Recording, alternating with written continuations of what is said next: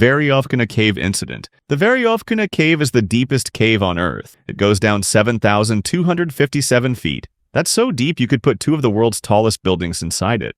Sergei Kozy wanted to explore this cave. He spent over a year getting ready for his trip, but he didn't plan well enough. The cave is in the mountains of Georgia. No one had ever gone alone since the cave was found in 1968. Inside the cave, there are 6 camps where people can rest, eat, and sleep. It usually takes 3 to 4 days to go down and 3 to 4 days to climb back up. Sergei was 37 years old and from Russia. He loved adventure and sports. He had just started exploring caves as a hobby. Sergei learned that a team of Russian cave explorers had gone 6,900 feet down in 2018. They had to stop because of a flood. This didn't scare Sergei. On October 31st, 2020, Sergei told his wife he was going to the mountains. He didn't tell her which mountains or where he was going. He just said he would come back soon. The next day, he drove to Georgia. He didn't get permission to explore the cave, which he should have done. He just used maps he found online. When he got to the cave, he saw a big, dark hole in the ground. He put on his gear, tied a rope to a rock, and began to lower himself down. The first 1,300 feet were very hard. Sergei had to climb down ropes, crawl through tight tunnels, climb over rocks, swim through cold, muddy water. He finally reached the first camp, 1,247 feet down.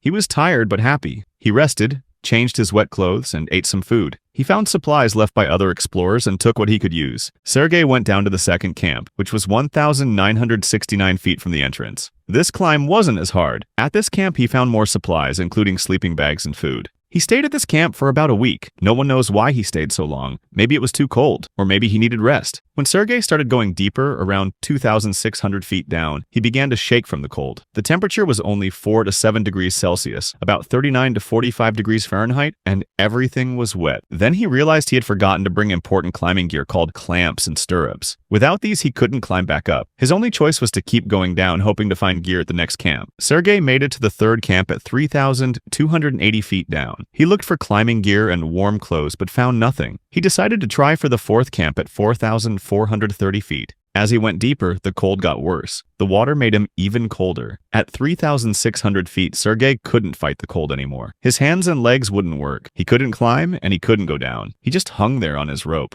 Sergei got too cold. This is called hypothermia. He fell asleep and never woke up. Sergei's wife reported him missing after he didn't come home for weeks. 9 months later, on August 3, 2021, some cave explorers found a rope at the cave entrance. They followed it and found Sergei's body 3,600 feet down. They used his phone to figure out who he was. They told his wife and asked for permission to bring his body out. They couldn't bring him up in one piece because the cave was too tight and tricky. With his wife's permission, they had to bring him up in parts. On August 16, 2021, they finally brought Sergei back to the surface.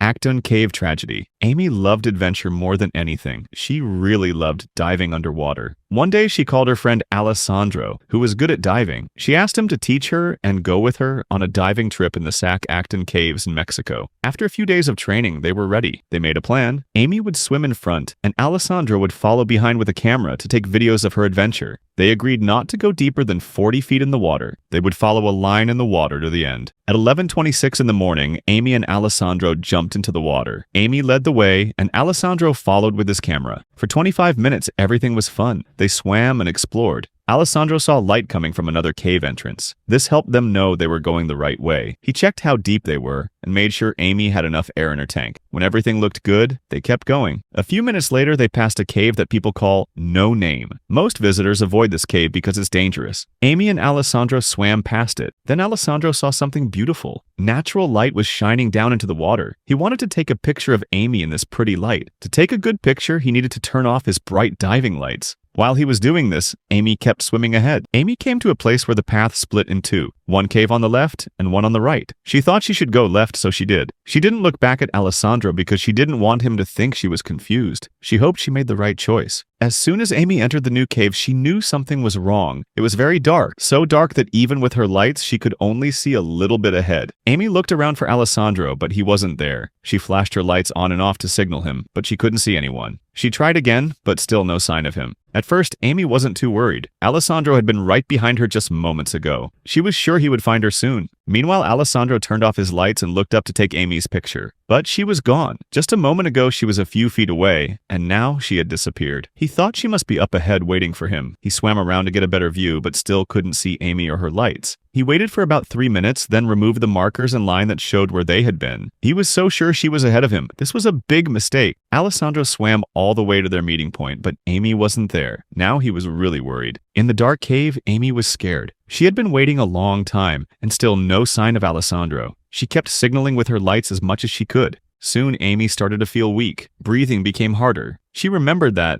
underwater, she needed her air tank to breathe. If she stayed too long, her air would run out. She tried not to panic. Alessandro had to find her. He was her only way out. Alessandro went back to the surface to look for Amy. His air had run out, so he needed to get another tank before going back to search for her. A few hours later, around 2:13 in the afternoon, Alessandro went back into the water alone. This time, he connected ropes and put markers along the way, hoping Amy might find them. A few minutes into his search near the no-name cave, Alessandro found Amy. Her body was floating in the water. Her air tanks were empty and she wasn't breathing. Alessandro tried to help her, but it was too late. Amy was gone. 35 minutes later, Alessandro came back to the surface carrying Amy. It was a very sad day. Ellison's cave tragedy. On February 12, 2011, 10 students, 5 boys and 5 girls from the University of Florida, planned a cave trip. Grant Lockenbach, who was 20 years old, led the group. Grant and his friend Michael Pye loved adventures. The students chose Ellison's Cave in Georgia. This cave is over 1,000 feet deep and is one of the deepest caves in America. It has a famous pit called the Fantastic Pit that is almost twice as tall as the Statue of Liberty. When they reached the cave entrance, they found a small, narrow opening. Only one person could go through at a time. Inside, they saw the beauty of the cave, but they still worried about the cold. In summer, the water in the cave is about 56 degrees Fahrenheit, so in winter, it would be much colder.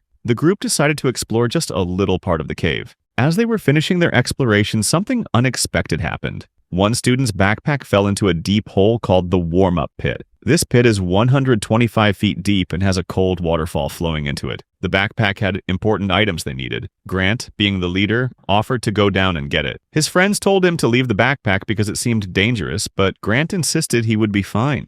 Grant used a rope to lower himself into the pit. As he went deeper, he began to shiver from the cold. When he was halfway down, something terrible happened. Grant came face to face with the waterfall. He tried to avoid the freezing water, but as he moved, his rope got tangled. He couldn't go up or down. Then the icy water soaked him. He screamed for help, but the waterfall was so loud that his friends could barely hear him. Michael quickly strapped on another rope to save his friend. When he reached Grant, he found him confused and shivering badly. As Michael tried to free Grant, he also got tangled in the rope. Now both boys were stuck in the freezing water. The other students knew they had to act fast. Some stayed to talk to the boys while others ran back down the mountain to get help. In less than 30 minutes, they reached their cars and called for help using their phones. It was 2:19 in the afternoon. Meanwhile, in the cave, Grant and Michael's voices were getting weaker as the cold made them more tired. After about 30 minutes, their friends couldn't hear them anymore. The cave and cliff rescue team arrived and quickly went down into the pit. At 3:30 p.m., they found Grant and Michael hanging from the rope. Sadly, both boys had died from the extreme cold. The rescuers had a hard time freeing the boys from the tangled rope. It took them 6 hours until 10 p.m. to finally bring Grant and Michael back up. Caribbean Island Cave Incident. In February 1994, 2 friends named David Parks and Jerry were on vacation on a Caribbean island. They were having a great time enjoying the warm beaches and sunny skies.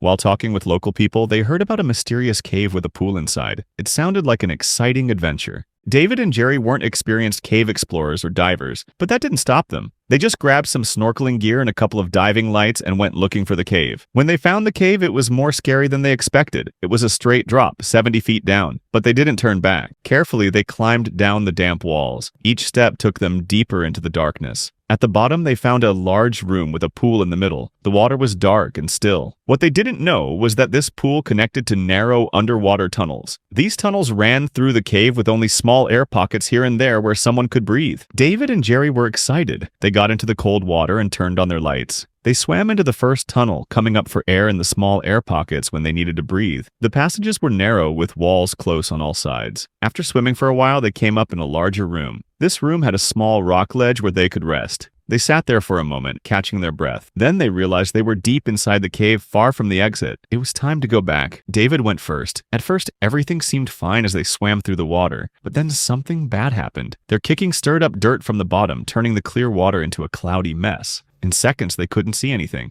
In the confusion, David lost Jerry. He turned around trying to find his friend, but it was impossible to see. Even worse, he lost his sense of direction. All the tunnels looked the same, and he couldn't tell which way led out. David started to panic as his lungs began to burn for air. David realized he was swimming deeper into the cave instead of out. He couldn't see anything and couldn't breathe. Just when he thought he couldn't hold his breath any longer, his hand found an air pocket. He came up too fast and hit his head on a sharp rock hanging from the ceiling. It hurt, but he was just happy to breathe again. The air pocket was very small. David held onto a narrow rock shelf, breathing hard. The air didn't smell fresh. He felt trapped, with the weight of the cave above him. Every second felt like he was running out of time. Meanwhile, Jerry had made it back to the entrance pool. He waited for David, but minutes passed with no sign of him. Jerry started to worry. He shouted into the water and shined his light into the tunnel, hoping to see David. Back in the air pocket, David knew he couldn't stay there much longer. The air wasn't good, and he was running out of options. He put his mask back on and went underwater. He turned off his light, thinking maybe he could see Jerry's light through the cloudy water. Then he saw it, a faint glow in the distance. Taking the deepest breath he could, David pushed off from the rock and swam toward the light. His lungs felt like they were about to burst. Finally, his head broke the surface, and he saw Jerry's bright light. He had made it. Exhausted and gasping for air, he held onto the edge of the pool as Jerry pulled him out. They climbed back up the shaft and out of the cave. When they finally saw sunlight again, it felt like waking up from a bad dream. Roaring River Cave Incident. On October 14th, 2022, a team of special cave divers planned to explore Roaring River Cave. The cave has tunnels that go deep underwater. Eric Hahn, who was 27 years old, had an important job. He would place extra air tanks at certain spots in the cave. These tanks would be safety stops for divers going deeper into the cave. The team had different jobs. 2 divers would go to the deepest parts of the cave. Eric would work with another diver to put extra air tanks at 130 feet and 190 feet underwater. On the morning of the dive, everyone checked their gear carefully. They looked at their equipment, their air supplies, and went over what to do in an emergency. Eric was using a special breathing device called a rebreather. This machine recycles air by removing carbon dioxide and adding just the right amount of oxygen. It lets divers stay underwater longer, but it needs to be watched closely. At 11:12 in the morning, Eric went into the water. He followed a guide rope that would show the way out of the cave. As he went deeper, the water got colder and darker. He used powerful lights to see. 12 minutes later, at 11:24, Eric reached the 190-foot mark. He met one of the deep team divers there. This diver said later that Eric seemed fine at this point. Eric was placing an extra air tank at this spot, just as planned. But just 1 minute later, at 11:25, something bad happened. Eric suddenly crashed into another diver, called Diver 3, and started swimming up very fast. This is dangerous to do when you're so deep underwater. Diver 3 knew right away that something was wrong. He chased after Eric to help him. He caught up when Eric hit his head on the rocky ceiling at 165 feet down. Eric was struggling with his breathing equipment. Things got worse quickly. Diver 3 tried to help by reaching for Eric's emergency breathing tube, but before he could help, Eric pulled out his rebreather mouthpiece without closing it first. This let water flood into his breathing system. As Diver 3 put in the emergency breathing tube and cleared the water, Eric began to shake violently.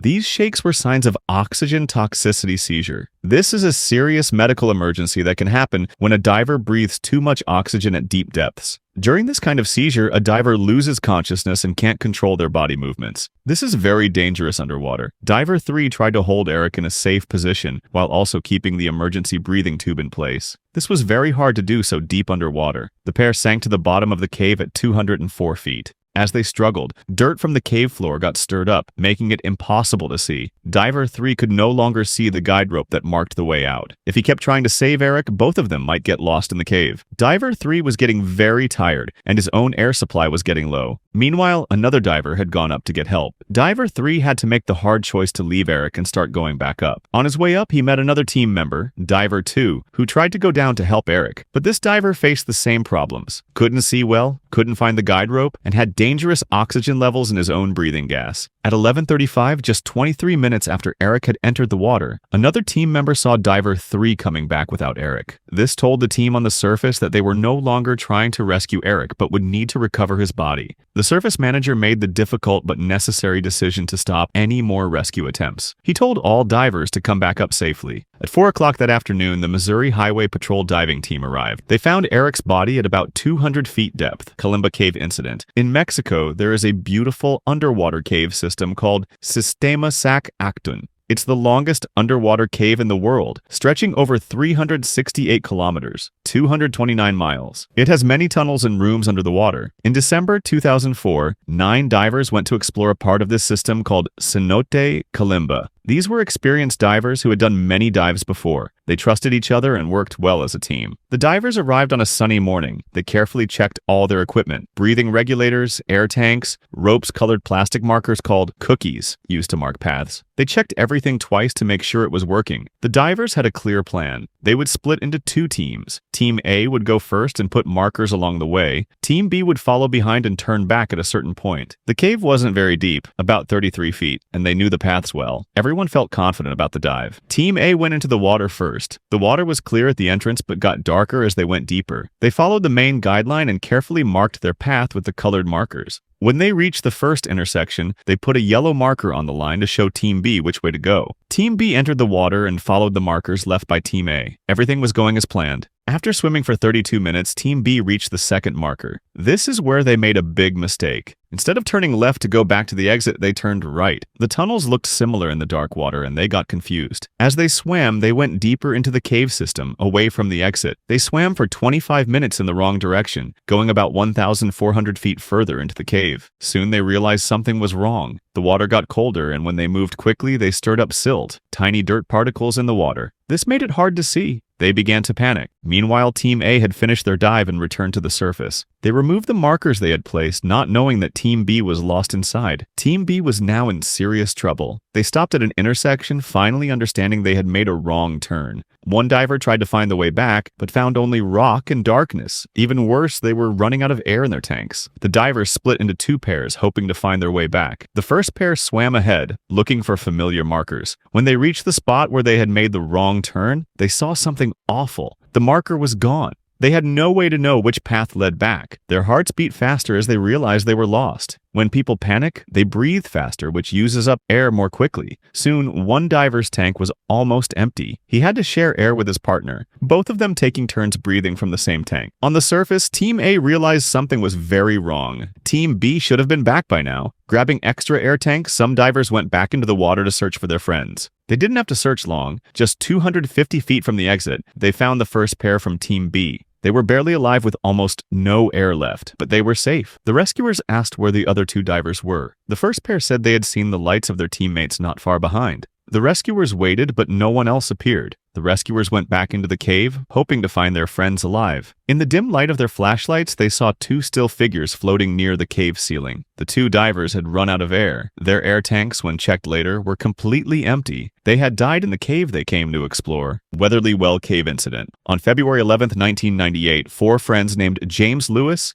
Alan England, Darrell Moore, and Jerry Olson went to explore a cave. The cave was called Weatherly Well, and Jerry had just found it during a recent walk. The cave had a very small entrance. It was only 9 inches wide, about as wide as a dinner plate. This tiny gap led down 4 feet before opening to an 11-foot drop, followed by another 10-foot drop. The 4 friends looked at the narrow entrance. It was wet and very tight. From above, they could see the first drop going down into darkness. The passage beyond twisted like a corkscrew with very little room. The friends checked all their gear carefully. They knew only one person could enter at a time. Alan England, who was 63 years old but still very fit, was the smallest in the group. He volunteered to go first. The team secured a rope above ground to help Alan climb back up later. Then Alan began to squeeze into the tiny entrance. He had to twist his body to fit through the narrow space. His clothes got wet from the damp walls as he struggled through. After pushing through the tight entrance, Alan dropped down into a slightly larger space. The rope helped him lower himself safely. He was now 7 feet below the surface. He could finally stretch a little after the tight squeeze. Alan saw another 10-foot drop below him. His headlamp showed more twisting passages going deeper into the cave, but Alan knew it would be too dangerous to go further alone. He decided to turn back. Climbing back up the first part was easy, but when Alan reached the narrow entrance slot, he ran into big trouble. What had been easy to slide down was now almost impossible to climb up. Alan looked up at the tight slot above him. He started to climb, using the rope for help, but when he reached the narrow part, he couldn't move any further. The tight space pressed against his body, and he couldn't squeeze through. He twisted and pulled, trying to force his body back through the opening. but the slot seemed even tighter than before. His wet clothes stuck to his skin, making it harder to move. James and Darl noticed Alan was struggling. They tried pulling on the rope to help him, but the space was too tight. Each pull seemed to wedge Alan further into the rock. Alan was getting tired, and his hands were shaking from cold and effort. The cave was very cold, and it was winter outside too. Alan's wet clothes made him even colder. He started shivering badly. The tight space was so narrow he could barely even take a deep breath. James and Jerry tried to help by lowering extra clothes and warm drinks to Alan. Alan drank the warm liquid, but he was still very cold and stuck. Finally, Alan called out that he couldn't do this anymore. They needed to get help right away. James and Jerry quickly hiked back to Jerry's house and called the East Tennessee Cave Rescue Team. Within 2 hours, the rescue team arrived. By then, Alan had been trapped for nearly 5 hours. He was pale and shaking from the cold. He kept thinking about how easily he had slipped down through the slot, but now he couldn't get back up. The rescuers were skilled cave explorers with special tools. They gave Alan more clothes and food to fight against the cold. Then they set up a special system of ropes and pulleys to try to get him out. The rescue was very slow and painful. Alan could feel the cold rock scraping against his chest and shoulders as they pulled. The rescuers worked very carefully to avoid hurting him. After an hour of hard work, Alan finally came out of the tight slot. He was bruised but alive. The cold air outside felt good compared to the cave. Even though he was exhausted and cold, Alan wanted to walk back to the car by himself. Boy Scout Cave Incident. On December 27, 2003, 8 boys from the San Antonio Boy Village went to explore Boy Scout Cave in Florida. 2 counselors went with them but stayed outside the cave. 2 of the boys were Michael Shiro, 15, and Javek Henderson, 16. They were excited to explore the deep, twisting cave. The counselors didn't go inside because they thought they were too big for the narrow spaces. Boy Scout Cave had many narrow tunnels and sharp turns. Most people thought it was safe because it wasn't wet and the walls didn't fall down. The temperature inside was 72 degrees Fahrenheit, which is cooler than outside but not freezing. One of the counselors made a campfire near the cave entrance to stay warm. This would cause problems later. Michael and Henderson led the group into the cave. As they went deeper, it got very dark and quiet. The boys had to crawl and twist through tight passages. After about an hour, they came to a very hard part of the cave called the hairpin curve. This was a very narrow tunnel that made a sharp turn like a hairpin. The boys couldn't see what was around the corner. Michael went through first and Henderson followed, close behind. Suddenly, Henderson got stuck. He couldn't move forward or backward. His body was twisted in the tight space. Michael tried to help free his friend. The rest of the boys waited nervously in a wider part of the tunnel. Michael pushed and pulled, trying to get Henderson out. After trying for an hour to free Henderson, Michael got very tired. Even though the cave wasn't very cold, lying against the cool rock for so long made both boys lose body heat. Henderson was still stuck and he could only shout for help. The other boys started to panic. Some thought the campfire outside was using up all the oxygen in the cave, though this wasn't really happening. They were all scared. The boys had to make a hard choice. They couldn't free Michael and Henderson by themselves. They decided to leave their friends behind and go get help. When they reached the entrance, they told the counselors what happened. The counselors quickly put out the fire and called 911. Rescue teams arrived within an hour. They were experienced cave explorers who knew what to do. They brought special tools, including harnesses and chisels. When the rescuers reached the hairpin curve, they found a scary scene. Henderson was still awake but shaking and cold. Michael was unconscious. Both boys were showing signs of hypothermia, when your body gets too cold. The rescuers used chisels to make the narrow passage wider. It took over an hour to free Henderson. They wrapped him in a warm blanket and started moving him toward the entrance. Then they worked on freeing Michael. This was even harder because he couldn't help. After nearly 2 hours of chiseling, they finally got him out. His body was cold, and his pulse was weak, but he was alive. The rescue team carefully carried both boys out of the cave. Ambulances were waiting to take them to the hospital. Both boys had hypothermia but survived. Michael took a whole day to wake up. Real well cave incident. In March 1997, 2 friends named Andrew and Attila planned a cave adventure. They were excited to explore Real Well, a deep cave in Tennessee. The cave had a big 160-foot pit at its entrance. Andrew was 32 years old and had been in many caves before. Attila was 26 and had only visited 5 caves. They thought they were ready for this challenge. On March 18th, they arrived at the cave. It was a rainy day. They could hear water rushing into the cave entrance. They had wetsuits in their car, special clothes to keep warm in water, but they decided not to wear them. This was their first big mistake. Attila also forgot to bring a helmet. This was another mistake, but they were so excited that they didn't think about safety enough. Andrew went down the rope first. He felt cold water hitting his back as he slid down into the pit. By the time he reached the bottom, he was very cold and wet. Attila followed, and the water hit him even harder. Their headlamps showed beautiful cave walls, but the cold was already hurting them. After only 30 minutes of exploring, Attila started shaking from the cold. "Andrew, I can't stay down here," Attila said. "I think I need to get out." Andrew agreed. "All right, I'll get the ropes ready," he said. The waterfall was loud. Attila set up his climbing gear too quickly. He used the wrong kind of clips. Andrew noticed something was wrong with Attila's setup, but before he could say anything, Attila had already started climbing. Each move was hard because of the freezing water pouring over him. His gear was slippery and not working right. Halfway up, Attila stopped climbing. His muscles hurt, and he was very cold. Part of his gear had come loose, and he couldn't reach it to fix it. He tried to tell Andrew what was happening, but the waterfall was too loud. "Attila, come back down if you need to," Andrew shouted from below. Attila tried to answer, but Andrew could barely hear him. Finally, Andrew heard him call out, "I can't!" Andrew knew he had to help his friend. He started climbing up the rope toward Attila. It was very hard. The water was freezing, and his hands went numb. When Andrew reached Attila, things looked bad. Attila was hanging in his harness, awake but unable to move. His body was getting too cold. This is called hypothermia. He was shaking, his skin was pale, and he seemed very tired. Andrew tried to attach Attila to his own harness so they could go down together. But with the water pouring down and both of them so cold, it was too difficult.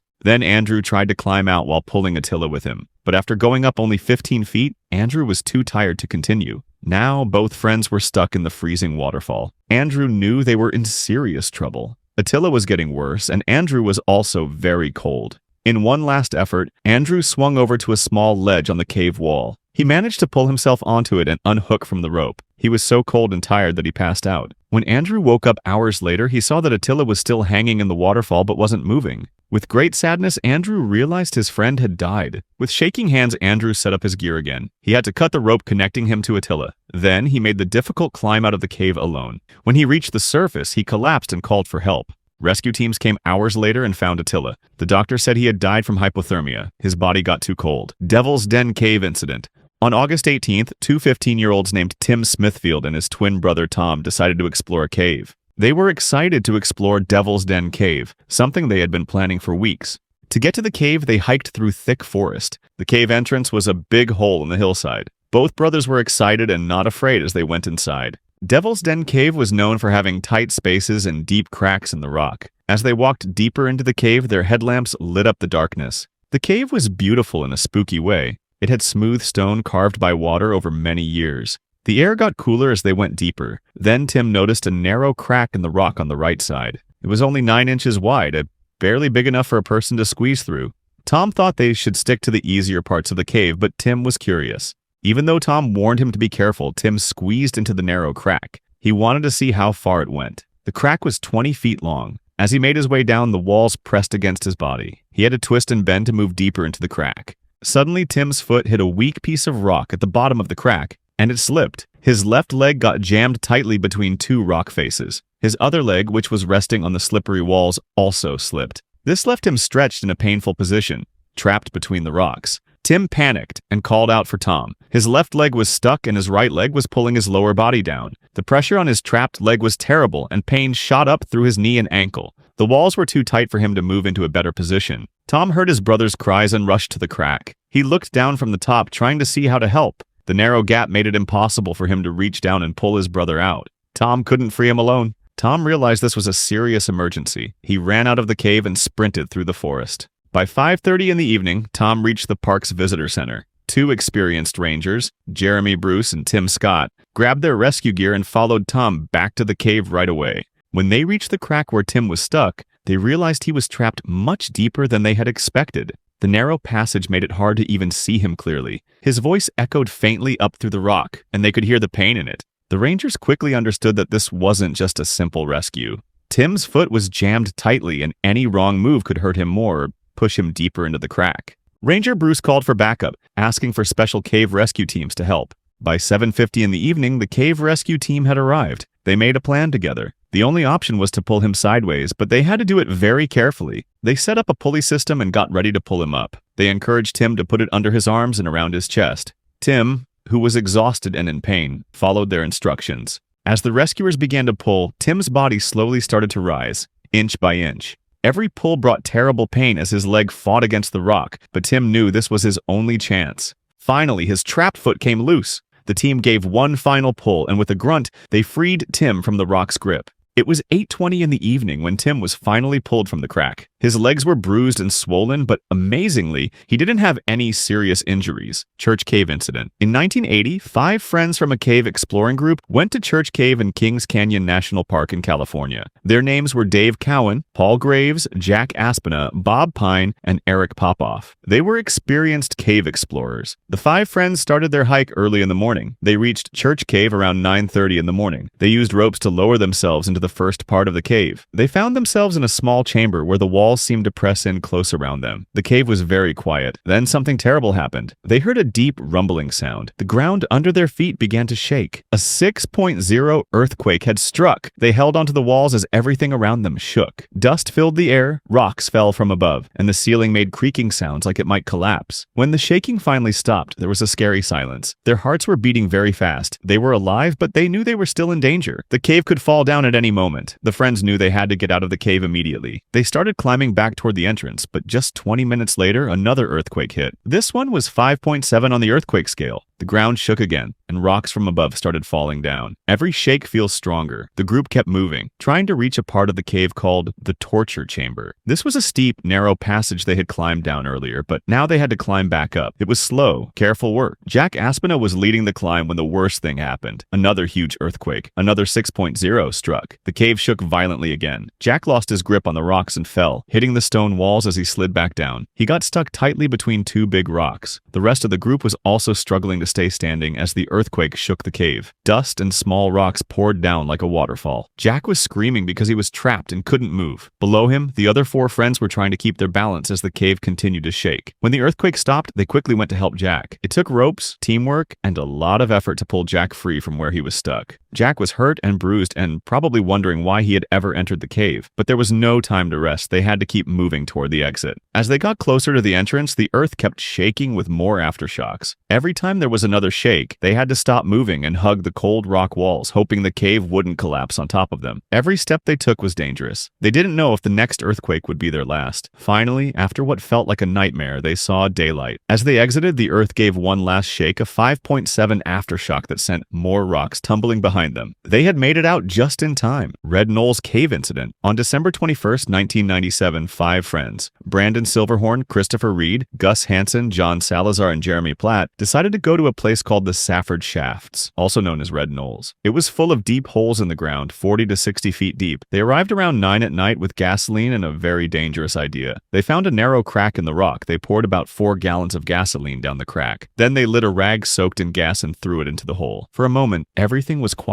Then something terrible happened. The ground literally exploded. Fire and rocks shot up into the air like a volcano. The crack became much bigger instantly, turning into a huge hole. The blast was so powerful that it threw 4 of the young men backward. But Brandon Silverhorn wasn't so lucky. Brandon was standing too close to the edge looking down when the explosion happened. He rolled over and fell into the pit, dropping straight down 40 feet into a narrow crack in the rock. The landing was terrible. Brandon's leg hit first and broke with a loud snap. He slid further into the crack, and his body twisted in an unnatural way. Rocks and dirt fell down after him, trapping him in place. Then the worst part happened. A huge piece of rock, 3 feet by 5 feet, slid down and landed on top of everything, burying Brandon like he was in a grave. Brandon was wedged in the crack with his body twisted at a bad angle. His head was pushed sideways against the rock wall. His broken leg was in terrible pain, and the weight of everything was crushing his body, making it hard to breathe. Dust filled the air, making it hard for him to call for help. The other 4 friends were in shock and panic. They shouted Brandon's name, but got no answer. They knew they couldn't rescue him by themselves, so they ran to their car and raced back to town to get help. Rescue workers arrived within an hour. When they saw what had happened, they knew this would be a long and dangerous rescue. The first thing they noticed was the huge rock slab covering Brandon. Hours had passed, and the rescuers weren't sure if Brandon could still be alive. They knew they had to work fast. Brandon's injuries, the cold, and the weight of the debris could kill him if they didn't reach him soon. The first job was to remove the massive rock slab. The rescuers began chipping away at its edges to loosen it. Once they had enough room, they set up a pulley system. It took 6 men pulling with all their strength to lift the slab inch by inch. Finally, with one last big pull, they moved it out of the way. With the slab removed, the digging began. Rescuers carefully worked around Brandon, removing rocks and dirt by hand. Brandon's body was numb with cold, and his broken leg hurt terribly with every small movement. The dust had filled his throat, making it impossible to cry out. Finally, after hours of careful work, the rescuers reached Brandon. They were amazed to find him alive. They put a harness around his body, making sure his broken leg was supported. The rescuers worked slowly, pulling him out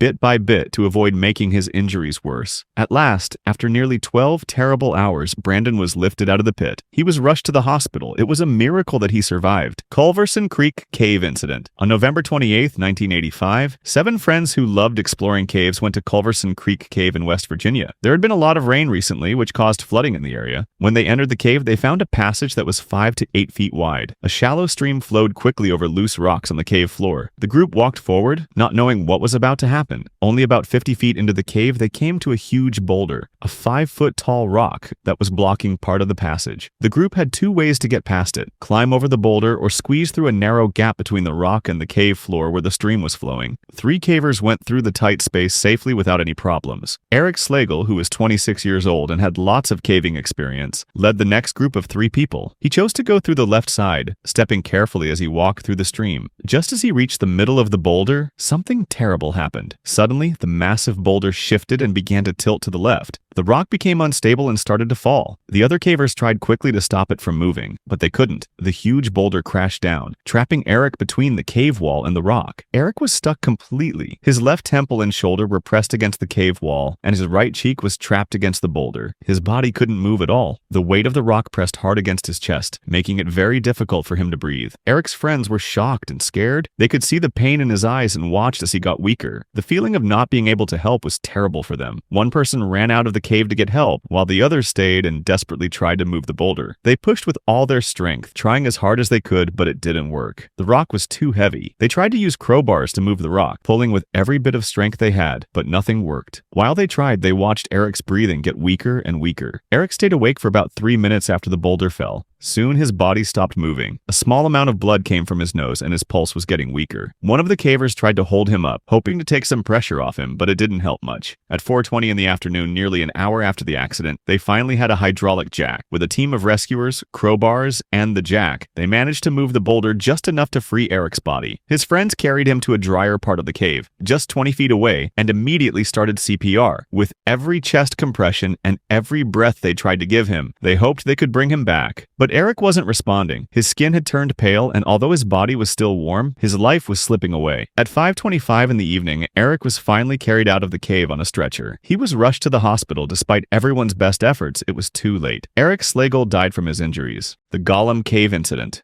Jennifer Gilbraith entered Gollum's cave with 4 other friends at 4:30 a.m. Even though she almost developed hypothermia in the same cave previously, she was eager to take her friends, Blake Donner, Scott McDonald, and Ariel Singer, on the underwater path. Her 5th buddy, Joseph Ferguson, remained outside, observing his friends going underwater. The small tunnel was 15 feet in length and slightly wider than a refrigerator door. One rope indicated a path to a hidden room beyond, a hidden cave in which to stand up in 3 feet of air over water. The 4 of them passed through, their hearts pounding as they entered the darkness. The bad news in the room was, though, that stale air that was many years old, combined with crumbling limestone, created a perilous pocket of carbon dioxide gas.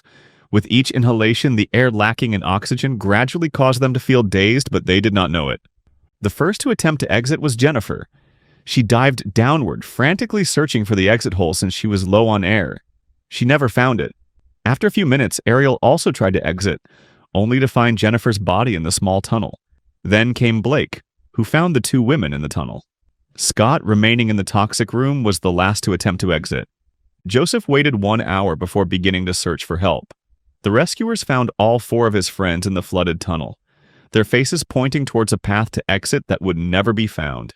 Concrete now blankets Gollum's cave, burying in memory 4 men between 18 to 28 who perished there in August of 2005. Mossdale Cave Tragedy. 6 men were deep in the Mossdale caves, crawling in a place called Far Marathon, a 3-football field-long tunnel that was just slightly wider than a computer screen, a tight squeeze that was more often on their stomachs than their feet. Dave Adamson guided his men in this constricted place.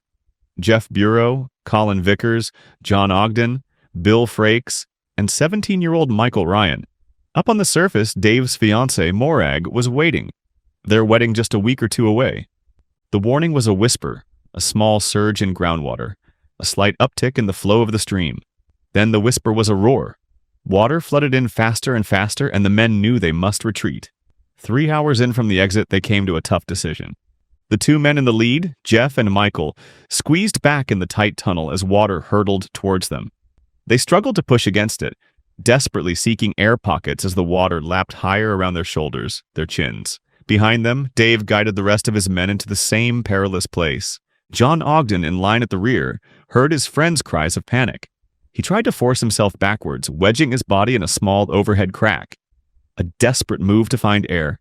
The rest of his team jammed their faces in the upper reaches of their position, but the water continued to creep higher, flooding every crevice, every crack, every ray of hope for survival.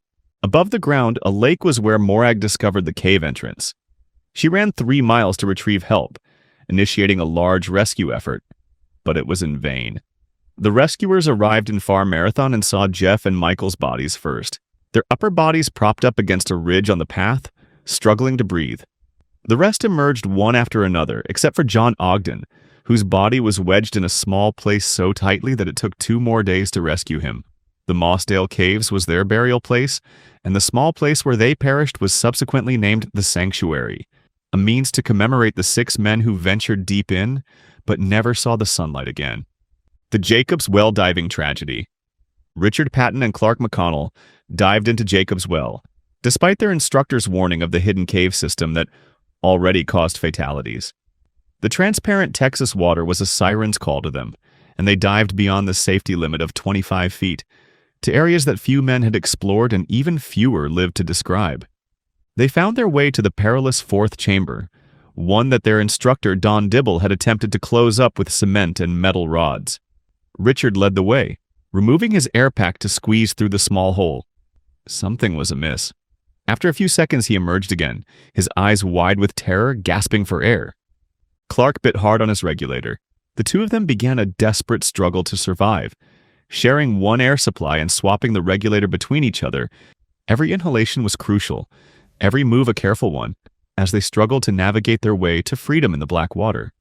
They breathed a sigh of relief when they arrived in the 1st chamber, close to freedom. Then they heard a disconcerting note in their tank. It was empty. In the blackness, a ceiling appeared in place of open water. They walked into a fake chimney, a dead end that seemed to promise freedom. Clark took one more inhalation of air in the empty pack and chose to take a gamble. He kicked off the wall in the blackness, kicking for 20 feet in the direction of the large chamber, and shot 75 feet of water in one gulp of air. He burst to the surface, gasping for air, and alive. Richard didn't survive. The next day, his same teacher, Don Dibble, also informed him to stay away from Jacob's Well. Was also the one to retrieve his student's body from the imitation chimney in which he perished.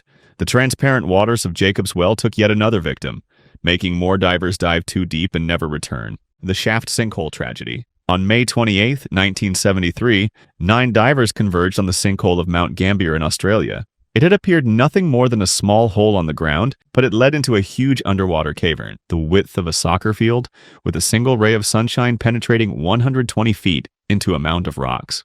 Christine Millett, 19 years of age, had been diving for nearly 15 years, according to her father. Her brother Stephen, cousin John Bockerman, and friend dive master Gordon Roberts joined this significant journey. The purpose of the journey was to pass beyond the main room, down the western tunnel, and achieve a record 250 feet of depth. The dive proceeded without problem. The team descended down beyond the rock pile where the entrance of the large cave opened up into this odd tunnel. Christine and the team rushed into the tunnel. The 4 divers shifted a lot of compacted earth, leaving a heavy dust of sand. With signals and vision limited to the span of their arms, they lost their way. The air supply, low to begin with because they were underwater, fell rapidly. Christine and Gordon searched hastily for something on the tunnel's ceiling, flashing their flashlights into the water.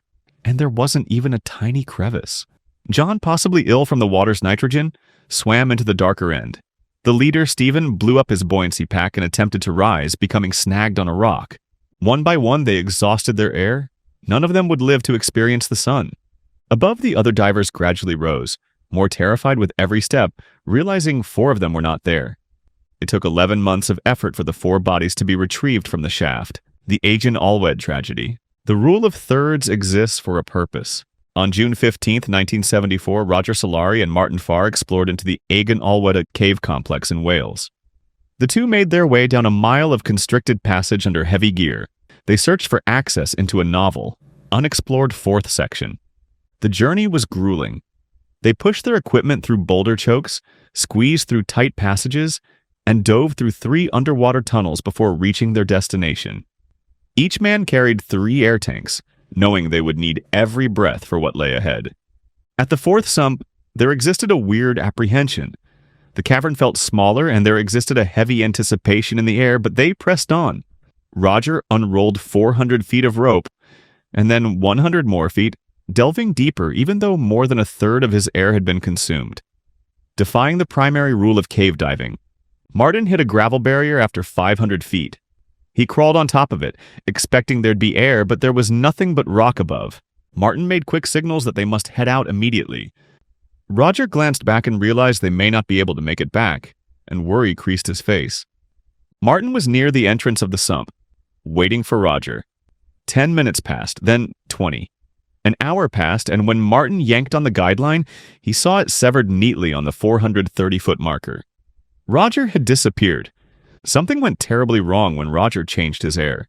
In his desperate struggle for air, Roger severed the line, possibly becoming disoriented on the slippery way.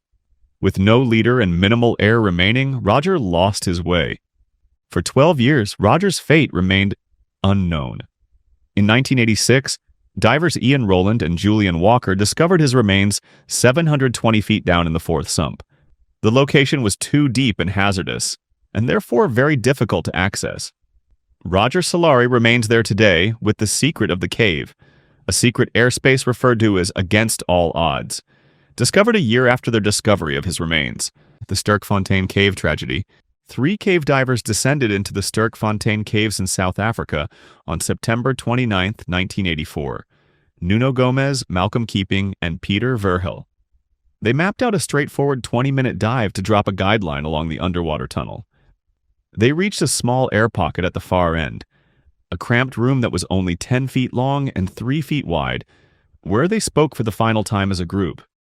The return journey progressed smoothly until Peter disappeared. He looked down unknown side corridors twice, and both times Nuno held him back. The third time, he was gone for good. Nuno and Malcolm stared into the murky water for 4 tiring hours. Police divers started a search when night descended, believing that now they were looking for a body. But Peter was not dead. He was stuck in a pocket of air out of sight, waiting in complete darkness for rescue that never arrived. Weeks became days. Peter sat in complete darkness, saving the battery of his soon-to-be-dead flashlight and listening for sounds that never came. He had water to drink from the cave and air to breathe, but nothing more. His world was as limited as his tiny air chamber, as starvation started to get the best of him. He went 120 feet into a side passage, wanting to see a way out, but only found rock. The officials closed the caves for weeks, not allowing experienced cave divers to aid in the search. They looked for a body while Peter was still alive, stuck in the darkness. His beard grew. He lost 44 pounds as his body burned its own fuel. He struck his tank against rocks and shone his light into the water until his battery ran out, but nobody received his signals. 6 weeks afterward, police reopened the dry parts of the cave.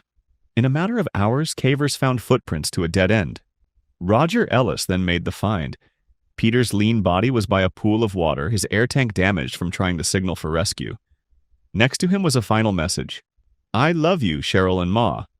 Autopsy showed that Peter lived more than 3 weeks without noise or light, before starvation finally killed him. If the dry caves had not been closed, they would have found him alive in a day.